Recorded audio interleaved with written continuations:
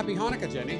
Happy Hanukkah to you. And Merry Christmas to those of our friends out there that celebrate. And good solstice to those pagans. Yeah, we're so close to the solstice. We're so close to the shortest day of the year. Well, and I love it because then all the days get longer they after do. that. And it's something that I tell people all the time is, if you're aware of the cold snap, and I'm not talking about the Sam Adams cold snap. The actual cold snap we've had, it was 9 degrees yesterday morning when I came out to my office. And, it was 9 when I was out feeding the crows. It's very important that it's not even winter yet. So there are like winter. It hits so fast. Winter storm warning, winter storm. No, it's not even winter yet. Yeah. This is still autumn. 6 inches of snow, 9 degrees. There's 8 out there right now. It was glorious. But we are, Hanukkah was a few days ago. Was it yesterday? Just started the 13th, I think, was the first night. And we have 8 I'm crazy sorry, days. I think it might have 8 crazy 8 nights. Crazy days. 8 crazy nights. I think it was the 13th or the 14th. I think it was the 13th. Okay. Which is funny because my Jewish friends are like, that's not even a a holiday for us. No. Yom Kippur and Rosh Hashanah are the big ones. And but they're just like, we just do it just to keep up with the whole Christmas thing. And, honestly, if we're talking about, Hanukkah and our Jewish friends, we need to have a salute to the patron saint of music in Pittsburgh, the Zamir Zahavi. Zamir. Happy Hanukkah, Happy Zamir. Hanukkah, Zamir. So in today's episode, we are going to talk about how to start getting gigs on your calendar. There's some other things we're going to talk about, but we're going to transition to, as solo acoustic performers, how to get gigs on your calendar. So would you like to start, or would you want me to dive into this? I always start. Why don't you do it? Okay, so it's a funny thing because back in the old days, I mean 4 years ago, you used to be able to walk into a bar, club, or a restaurant, country club, if you can sneak in with some nice collared shirts or something. And, my thing was always I would sit down, talk to the bartender for a while and say, hey, is the owner here? Or whoever books music. And that's a sketchy line in and of itself. As soon as you're like, is the person who books music here? They're immediately like, all right, this guy wants something. That's like art galleries when you walk in and say, do you show local artists? Usually they go. They're like, no, the door's over there. Goodbye. If you don't have money to buy something, please leave. It's like, ma'am, if you don't have money to buy anything, please leave. Off you go. Off you go. Off you go. Chop, chop. Except for my wonderful gallery in Santa Barbara. Bob's your uncle. Get on out of here. And she said, why, yes, are you an artist? And I was like, I'm signing with this gallery. You're like not even. Oh, God, they artist. were so nice. I teach. They were so nice. Well, back then I was doing galleries. Ah. I don't anymore. Now you teach. Now I just teach. Now you teach. I don't show it all. So in the old days, I could walk in and talk to a venue owner, a bartender, get to the venue owner, and say, hey, here, whip out my phone and be like, here, listen to me. Here's me playing. I'm pretty good. People think I'm pretty good. That doesn't always work. But 3 of my long-standing commitments that I have, and year after year they book me, are people that I literally walked into the bar, sat down. Now, I didn't walk in and say, book me for music. I walked in, had 3 beers, had some food, invested some of my money into their business at a very minuscule scale, showed that I was a actual customer, and then was like, towards the end, I'm like, do you guys book live music or who would I talk to? Oh yeah, we book live music all the time. Give a card, show a phone, get a contact, and make it happen. And the other thing that we're going to talk about in a future episode is open mics and how you can build your community by going to an open mic. But unfortunately, the new world is digital, which puts you on. There it is right there. They want to see how many followers you have. Well, that's the big thing right there. That's the thing. It's like, I'm sure that's why, I struggled lately. Well, for one thing, I'm lazy, so I'm not really pursuing a lot of gigs. The one thing is, it's not that we're lazy. Oh, I am. I would say that 90% of musicians like us are not lazy. We're ADD or ADHD. No, I'm not. I'm Because neither of those. it's a struggle to get us to sit down. Okay, but um, it's becoming a business now. It's an entire job to market yourself. Like I don't. There's another episode coming up about booking agents who I think are like the spawn of Satan. I'm not Oh a my fan of booking God. agents in any way because they take too much money and they're very critical. They're of only who they- supposed to take 10%, by the way. Yeah. I played a $300 gig a few years ago where I got $150 out of it. They took half. So That's because we don't ask questions. that is because we don't ask questions. Industry standard is 10%. It is. And not in Pittsburgh, apparently. Or at least not for solo performers. They count on Pittsburgh musicians not knowing that. I agree. Or You I know? think it's at this point where they're like, I've got 30 venues that are going to hire you. Take it or leave it.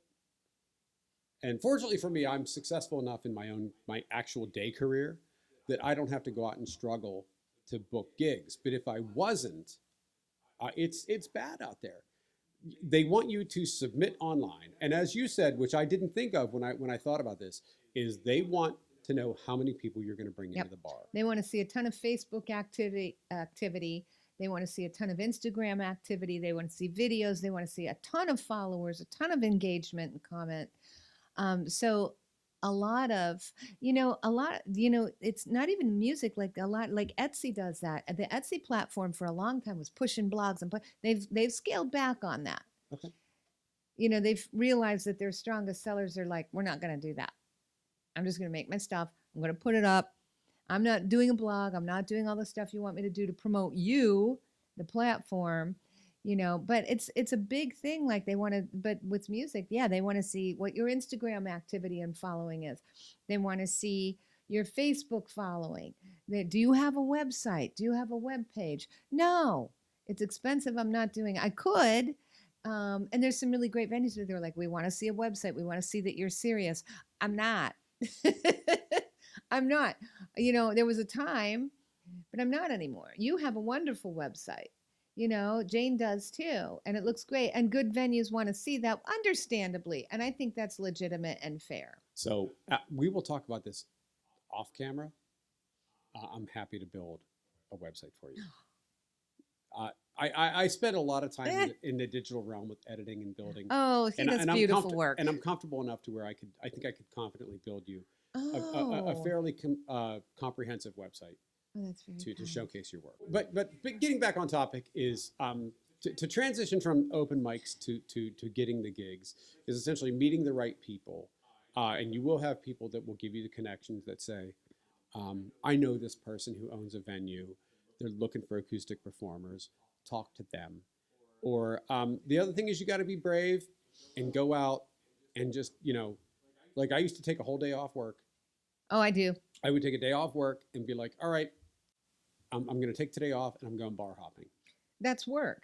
It is work. But that's work. That's just your other job. I kept my receipts because it's not really a day off. The other tidbit that I will give you as for what you're doing, that's take the time. Take the time. It takes 5 minutes on your part, but it takes like a year on the state's part to create your sole proprietor or your LLC. Mm-hmm. For musicians, I don't advise to have an LLC because there's no liability. If you're playing a concert in a hotel room and somebody trips over a mic cable and breaks their jaw, the hotel's going to pay for that. You're not going to pay for that. Unless you're hosting gigs at home, you don't need an LLC. But if you are a solo performer, I highly recommend having your sole practitioner tax ID because then you can claim a lot of things like, you buy guitars, microphones, gas, clothing. You can claim all the taxes off of that. And so if you're registering, also, if you're working with original material for songwriters, you register every single song with ASCAP or BMI. Get your PRO. Oh, 1,000,000%. BMI if you're writing is your cheap. Song, absolutely. ASCAP is free. But register your songs and then report every gig in which you play those songs, and you get royalties for those songs. That's the whole reason venues pay their BMI and ASCAP fees. The whole reason they pay those fees is so that you can get the royalties from your original songs that are being played. So that's another thing that it took me years to learn that. Now, through my learning process, because we're all learning, I went to my bank's rates. PNC's rates were just insane for a business account. They were like, you had to have like $3,000 in there. Oh, you should go to the credit union. I did. Well, that's what I did. So I went to my credit union, and they're like, yeah, we don't have a minimum. You can keep $10 in there, and that's fine. Yeah. So what I do is every time a venue pays me, I deposit it into my business account, and then immediately the very next transaction is transferring it from business to personal so I can spend it for whatever. So that at the end of the year when I file my taxes, all I do is look at the ledger for my business account, and that's all the money I made throughout the year. And then I compile a list of all my music expenses afterwards, and then my accountant, my mom, goes through all of it, and she does everything. She sets up my mother was retired. She was a CPA. Oh, and she's for hire, by the way. She good to know. Good to know. But getting back to getting the gigs is in the digital world now. A lot of venues want you to email them, like, oh, just email me your stuff. Let me see what you've got. Links. They want links. They want links. They want socials. They want all that. And my biggest bitch, and I hate to use profanity, even though I use it all the time. Oh, I don't. I love it. Is these venues that are like, you have to email us, because I've gone in to like, what's the place in McCandless? I don't cross bridges for gigs. I definitely do. But my travel limit is 40 minutes. Unless it's a private party. That's not true. I'll cross a bridge, but not lately. Unless it's a private party, I don't drive more than 40 minutes. But Dive Bar is what I'm thinking. Oh. There's Dive Bar in McCandless. I went in a couple times and talked to the bartender, talked to the owner. Like, oh, you need to email us before we can consider you for music. And I have really good friends like Jake and Brian. They play at those venues. And I've emailed them. But the problem is when you email them, hey, I'm a performer, here's my website, it's putting you in with every single person that plays guitar in their basement. It's like, oh, I play guitar, here's my stuff. It's like, well, no, I've played 400 gigs in my career. It's not that high, but it's close. But it's like they're putting you in that line with everybody who owns a guitar, and, it's like, no, I can't tell you how many people I'll bring, but I can tell you that when I do start playing, people don't leave. They don't leave. They stay. They buy food. They buy booze. You will make money. The venue will make money. That is the one thing that I tell venue owners is like, I can't say I'll bring 40 people, but the people that are there when I start playing, they don't leave. I keep them there all night long. Yep, and it never fails. And even if they have kids.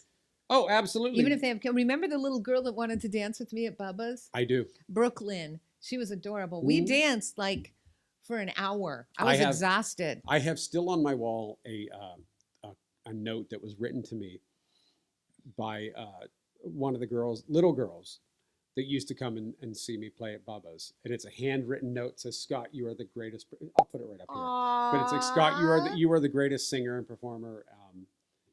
And that all goes back into, that's another topic that I'm going to segue into here is every year we go to New Jersey with Lori's family, right? And we go to this winery that's north of Hamilton. I don't remember where it is. It's in the middle of nowhere. It's in cow country. But they always having a guy up there playing acoustic. And I'm always like, that guy's really good. And we exchange business cards. And I'm like, I'm not playing in your area, but I'm a seasoned musician and you're very, very good. Hats off to you. Here's a tip. Keep doing what you're doing.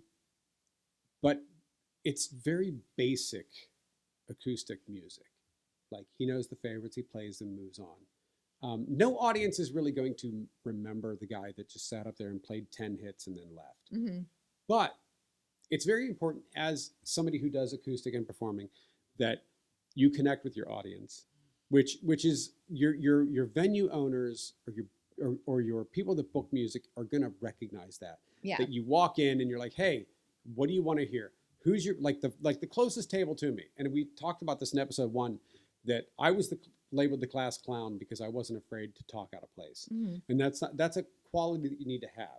It's like as soon as you get up there, you're in front of people, you're the focal point. Grab the closest table to you, say, hey, and I'll tell them like right off the bat, I was like, you guys are the closest table, like in the mic. I'm like, you guys are the closest table to me. What do you want to hear? And now they're part of the show. And now they're part of the show. And they're part of the engagement. And you got one person like, oh, I like to hear And that keeps Luke people Bryan. there. He's like, oh, I got some Luke Bryan. I'll play that. Because I like Kenny Chesney. Oh, I'll play some Kenny Chesney. Do you have any Doors? And I'm like, I've got like, I can play the Doors. And also kind of be fearless that once you've been doing this for a few years and you're like, you're not going to die if you don't get the song right. Take some challenges. Just try and play it. People will appreciate it. And they'll tip you, for sure. But most importantly, they won't leave. They're not going to be like, that guy didn't play my song, I'm leaving. That's not happening. You're engaging with them and you're keeping them there. And a big thing too, one of the big things I see, everybody says the same thing. I'm not ready. I don't feel ready. Let me tell you something. You're never going to feel ready. Never, ever. Never, ever. Ever. You just have to do it scared. Just like go and do it. The biggest thing, one of the best things I ever did, and I think I talked about this in our first episode, was, and I listed it as a life event on Facebook. I went down and I busked the strip district. I would do that with you tomorrow. Alone. I would do that tomorrow. Oh yeah, we should totally do that. That'll we be will fun. do that. We will do that. Oh, let's do that. But I remember because I was struggling. I was playing solo stuff, but mostly open mic stuff, and I hadn't had, like, Patrick hadn't booked me at the coal mine yet, and so I was really feeling rudderless, kind of unmoored as a singer songwriter. I was writing a lot, but I was just like, how, the vulnerability of standing and like, how do you connect? How do you connect? And I was like, that's it. I like telling stories. I'm good at it. And I'm going to do that. I'm going to tell the stories while I sing it. I'm going to, my goal for the first 2-hour solo gig is I'm going to connect with my audience. Absolutely. And it was because Martin took me to see Joe Purdy. And I was like, that's what I want to do as a solo artist. Because I didn't like solo work. Right. Because it wasn't the fellowship. And I was like, but you have to create it with your audience. Like, that's where the fellowship happens. And who does that? So Scott Riggle, that's who. I don't tell stories. I wish I could. I wish. No, but you connect with him. I have so many, that's because you're doing cover work, and so you still have a way of connecting with your audience. And we're going to hook up because I have a lot of, as I like to say, I have a lot of pain in my past that I need to write about, but I don't have the songwriter talent. So I need a songwriter that I can come over and say, be like, Jenny, all this happened to me, and this is how it happened. And her to be like, well, that's how co-writing works. That's how co-writing works. I'm like, all right, I know what key I want. You can tell the story and you talk about the key and know the music. Like this is a sad song. And then have somebody structure it. I want E minor. I want to be. Well, and that's what co-writing really is.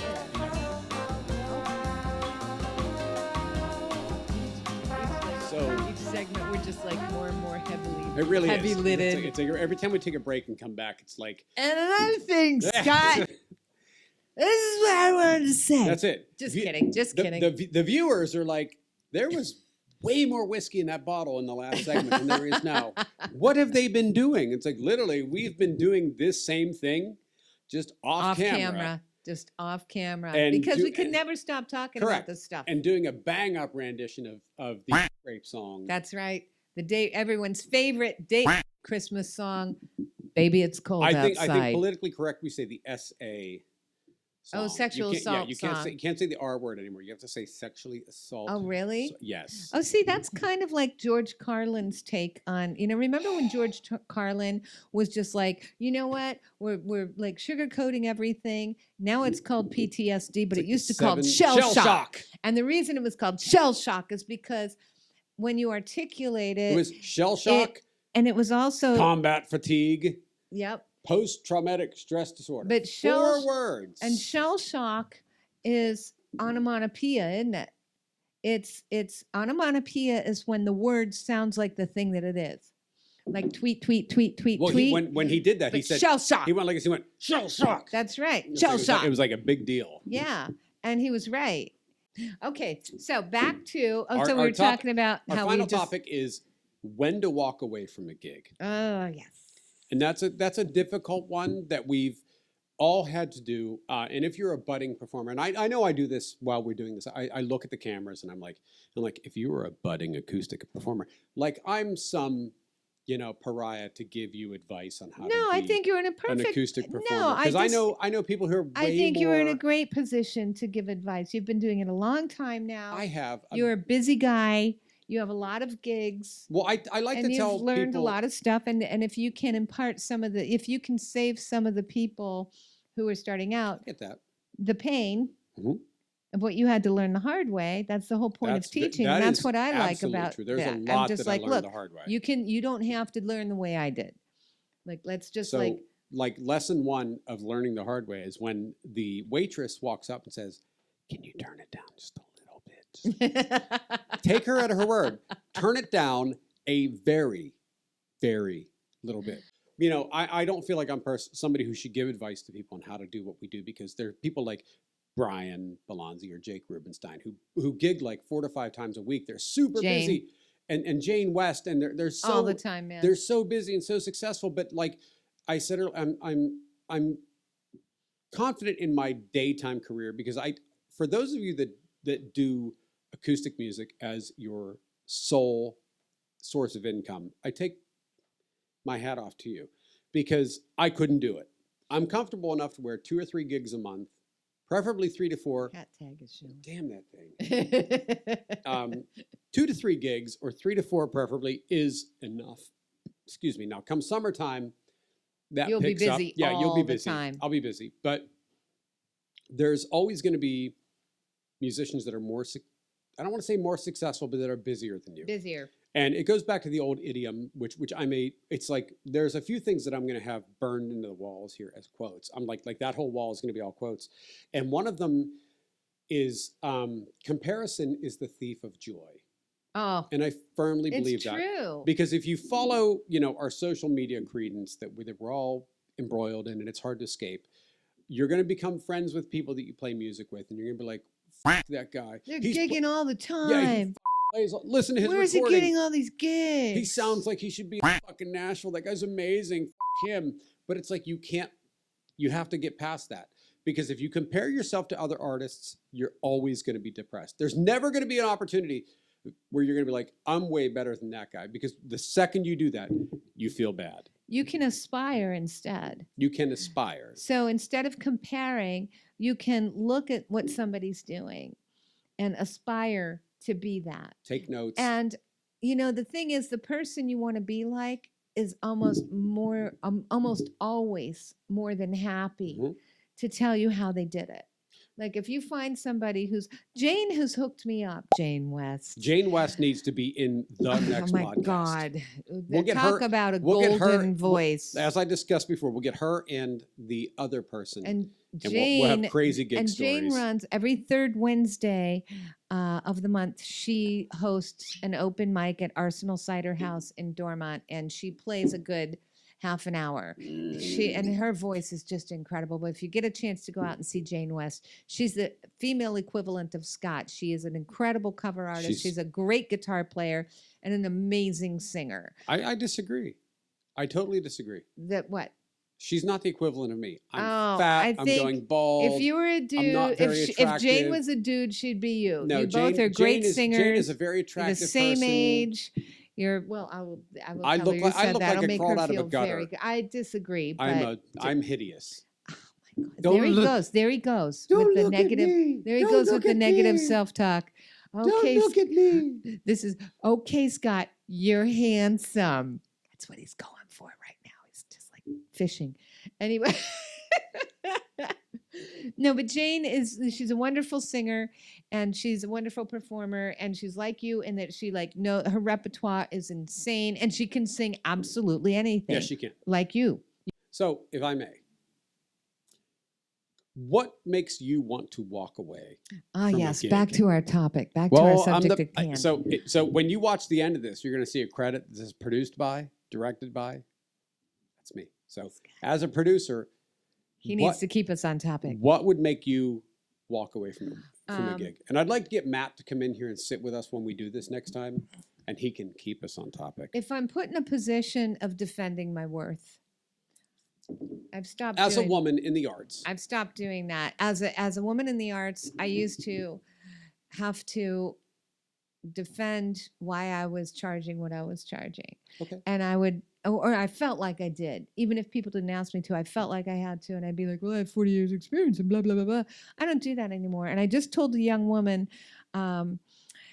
from I just love this girl. She was just so like full of life. I just met her in DC, and she's Sudanese, and she's only 20 years old. And I was like, Batu, and I'm all drunk. I'm like, it was my best friend's Much like right now. and my best friend's 60th birthday party. We're dancing. I'm like, Batu, let me give you some advice. Like she asked for it, and I'm like, look. As I white wish people, I we wish do that. somebody would have told me this when I was 20. Never defend your worth. No, Name your correct, price. yes. Name your price And stick.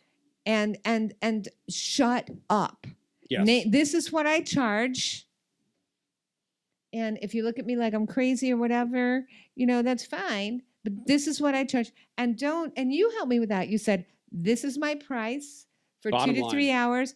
And I don't argue about it, And I'm just like, oh, because as an artist, especially when I was doing murals and finish work, but also commissions as a fine artist, people would talk me down, or they'd, I have a clause in my decorative and mural contract. Like Santa Claus? No. Okay. Different clause. Well, Christmas is coming up. So. What's another word for clause? Fat man. Fat man. An addendum. Oh, addendum to my contract. A condition. A 20% upcharge for pain in the acidness. I love that. And the people who it's for know exactly what I mean. I'm just like, if you're going to be a pain in my ass, that's a 20%. You can do it, but you're going to pay to do it. How much does it mean to you? That looks fantastic on you. I think I need to give you that scarf. Most things do. That looks great. Most things look I think you need to have that. But you taught me that also. You said, look, this is what I charge. And then, I'm not compromising. And then I walk away from it. That's what it's worth to me. That's what I'm worth. You can draw, and you can hold an audience too. And that really made a difference for me when you said that. May I? Yep. So I love how he asked permission to talk. Well, I'm a white man, and I realize that I mansplain. So I do. I don't think you do, but go on. Because no, I'm cognizant of it during a podcast. Ask Lori, and she'll tell you all differently. Okay. Mansplaining is when you explain to me based on the assumption that I don't know because of my gender. So for me to walk away from a gig, so I have a gig coming up in January that I am legitimately thinking about walking away from. Could I use the money? Sure. Christmas is like shoving a Bowie knife into my wallet. It's awful. But I have a gig in January for a venue that hired me, and this is kind of, it's not the best. I don't have a leg to stand on here, but it's like they hired me January through June of last year, twice a month, put a lot of money in my wallet. And then they just stopped returning my emails, which will happen to you. If you're trying to do this, you will get venues that don't get back to you. They will ghost. So many venues that will ghost you. And this place ghosted me for like 5 months. And then they're finally like, and I swear to God, the text was like, we want to give you a shot at our venue. Come play in January. And I'm like, I played there like 12 times, right? They're like, do you have a W-4? I'm like, yeah, you have it on file. Look it up. And she's like, oh, yeah, here it is. And it's not that. I don't like that they're acting like they don't remember you, like you were such a flash in the pan. Correct. That's okay. So if this were a dating situation, if you weren't with Lori and this were a dating situation, what would you do? Because it's a similar dynamic in which boundaries are important, but also communication. So like if somebody you dated for 6 months ghosted you, and then suddenly was just like, hey babe, looking good, let's get together. What would you do? So what was your My brilliant comment about that situation was if you were dating this person, you date someone for 6 months and then they suddenly ghost you. And I mean, like, you have a relationship, you're there all the time. You're spending the night. You're bringing people over. You know, your friends are their friends, blah, blah, blah. You got the Real Housewives showing up and dancing and spending enormous amounts of money. I mean, that's splitting things. Literally, as someone who is in with the Real The Housewives, Real of Pittsburgh, Housewives love Scott Rickle. I've seen it with my own two eyes. They love you. There's no situation in my life where if the Real Housewives show up and they're like, "We need you to do this," I'm gonna be like, "Fuck, I'm out." No situation where like, "No, guys, I can't do it." I could literally be performing somebody's bar mitzvah with like a Swiss Army knife, and I'm like, "You're on your own, buddy," and I'm leaving. I'm walking away. Because the Real Housewives showed up and they're like, because they pay well and they're fun. They are so much. They are fun. Next time I have an I've event seen with them. You're coming along next time I have an event. They're so much fun. Well, there were a few at some of the Bubba's shows. Not really, because the kids are there. Correct. But no, they're fun. So, as our anyway, final segment, let me throw this out there. So I have a bit to say about this. I'm not a person. When you walk away from a gig. Correct. You know, the inside of me wants to say, don't get on your soapbox and talk. But me being me is like, yeah, I'm going to talk. And I'm going to call out one venue. And this may come back to bite me or it may not. But, okay, they were a tiny little brewery that eventually, you know, got some money and they opened a giant brewery. So about 2 years ago, I went up, and like I said, you know, in you know previous episodes or future episodes, because you know we didn't film them first. But nothing has been pre-taped. Everything is linear. Everything is linear. I had gone to them because a friend of mine, she's a good friend of mine. She's very great. She's like, her daughter was a server there. She said, go talk to them. They're looking for acoustic performers. And this was 2 years ago? About 2 years ago. Don't make the same mistake I did because I'm dumb. So, no negative self-talk. So I go to and I meet with Josh, who is co-owner, because it's there's Is their last name? No, because I have no idea what their last name is, nor do I care. But he's like, yeah. He goes, I'll book you for 3 gigs this summer. He said they have an outside venue, they have a stage, and it was cool. They had a good crowd. And I said, my minimum is $250 per gig. And for me, this is my personal choice. 2 hours, 3 hours, doesn't matter. $250. I'm figuring if you're... Very reasonable. Yeah, I'm like, I'll play the extra... It's essentially playing the extra hour for free. But like I said, I've got a great career. And they're going to make that in the first hour they're open. They definitely are. So, but I have a good career. You know, I'm doing very well. So I'm like, my minimum is $250. I don't play for less than that. Back and says, we're only paying our entertainers $150 per gig, but we're going to give you, you know, a meal and some beer. But next year we're opening a new venue, and the reason we can't pay you what you want is because we're saving all our money to open our new venue next year, which is going to be much bigger. And said to me, next year, once we're open, we're going to have a stage, a dedicated sound guy. We're going to have all this stuff.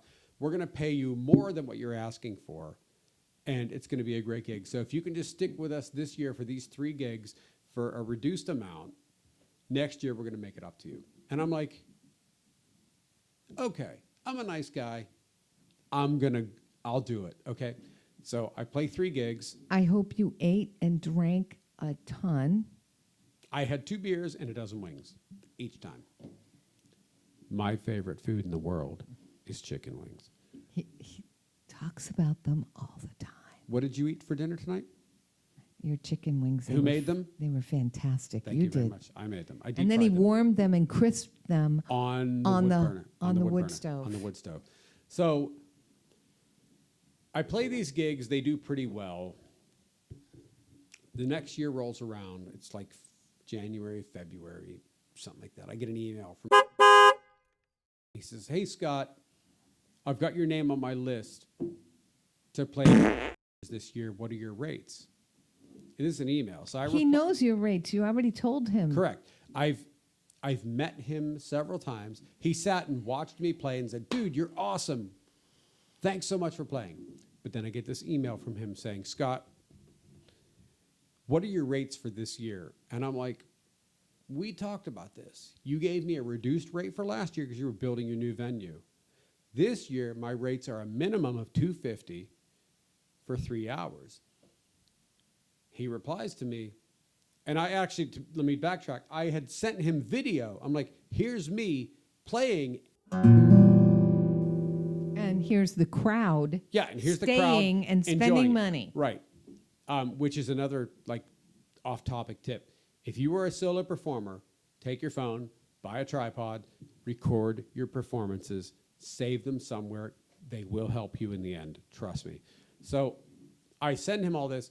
He replies, he goes, "We can't afford that. We're just opening our new venue." He said, "We'd like to pay you that, but we're not the kind of venue that wants to charge a cover charge for artists." And I'm like, "I don't want a cover. I want what you promised me." And I'm like, if I'm playing 3 hours at your venue, you're going to make that in overhead on your beer. I guarantee it. So we went back and forth, and he said, "I'm sorry, the most we can pay you is $150 for 3 hours." Jesus Christ. And here's the thing, is I feel the Lord with me. Continue. Okay, so not only do you keep people there, and they're still buying food and booze, you bring people on top of that. But here's the deal, venue owners. You would never tell your chef, "Hey, I'll tell you what, you bring in 40 people and I'll make it worth your while."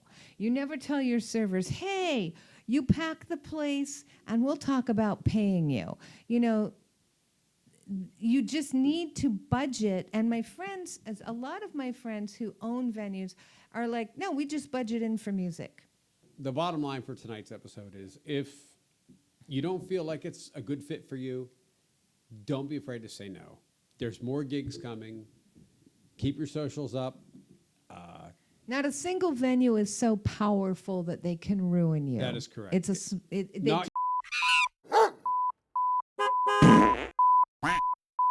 ruin you, okay? No. Somebody is always going to be on. If you're good at what you do, you will work. Correct, Amundo. And we here at Acoustic, and 1,000,000%, I can't say anymore, Unfiltered. We have got your back. I think we proved it this evening, sir. So cheers. Cheers. Happy Hanukkah. Happy Merry Hanukkah. Christmas. Merry Christmas. Good solstice to all. And we will see you in the new year.